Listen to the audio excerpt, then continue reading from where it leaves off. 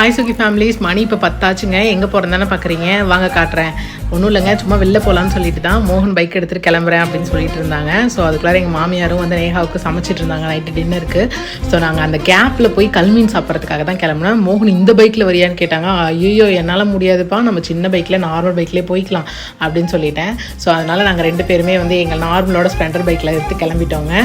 On the வே கல்மீனுக்கு போகிறதுக்கு ஒரு 15 minutes distance இருக்குது. ஸோ வந்து ஆன் தி வே நல்லா வேகமாக போயிட்டு இருந்தோம். ஏன்னா ஆல்ரெடியே மணி வந்து 10:30 ஆக போகுது. ஸோ அதனால் அது இருக்குமா இல்லையா அப்படின்றது எனக்கு தெரியல. ஸோ அதனால தான் அங்கே போயிட்டோம். கல்மீன் இருக்குதுன்னு சொன்னாங்கங்க. எங்களோட லாஸ்ட் போல் இருக்குது.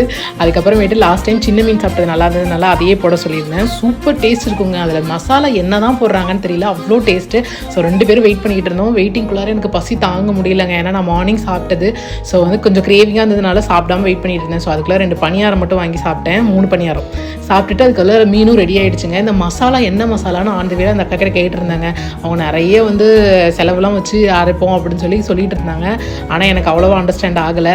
அதுக்கப்புறமேட்டு மீன் ரெடி ஆகிடுச்சுங்க. எடுத்து அப்பா எப்படா அந்த ஒரு வாய் வைப்போம் அப்படின்ற மாதிரி இருந்துச்சு. அவ்வளோ சுட இருந்துச்சு.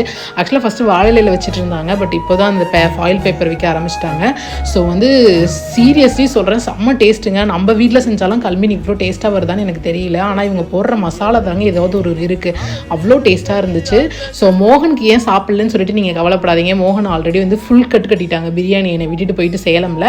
ஸோ அதனால தான் அவங்க பார்த்துக்கிட்டு இருக்காங்க, நான் சாப்பிட்டுட்டு இருக்கேன். அன்றும் இல்லாமல் நான் டயட்டில் இருக்கேன்றதுனால நான் பிரியாணி வேணான்னு சொல்லிட்டேன். ஸோ அதனால தான் 2 மீன் அட் டைமில் சாப்பிட்டுட்டு இருக்கேன். மதியமும் எதுவும் சாப்பிடல, காலையில் வந்து எக் சாப்பிட்டதோட இருக்குது. அதுவும் இல்லாமல் கல் மீன்ன்றதுனால ஆயிலும் கம்மியாக தான் யூஸ் பண்ணாங்க. ஸோ டயட்டில் நான் யூஸ் பண்ணிக்கிட்டேங்க. அதுக்கப்புறம் நேஹா வேறு வீட்டில் விட்டுட்டு வந்துட்டோன்னு சொல்லிட்டு சீக்கிரமாகவே கிளம்பிட்டோம். ஸோ உங்கள் வீட்டில் யாருக்காவது தோசைக்கல் மீன் பிடிக்கும் அப்படின்னா இந்த வீடியோ மறக்காமல் உங்களுக்கு ஷேர் பண்ணி எனக்கும் வாங்கி கொடு அப்படின்னு சொல்லுங்கள். இன்னொரு vlogல உங்களை எல்லாம் பார்க்குறேன். பாய்.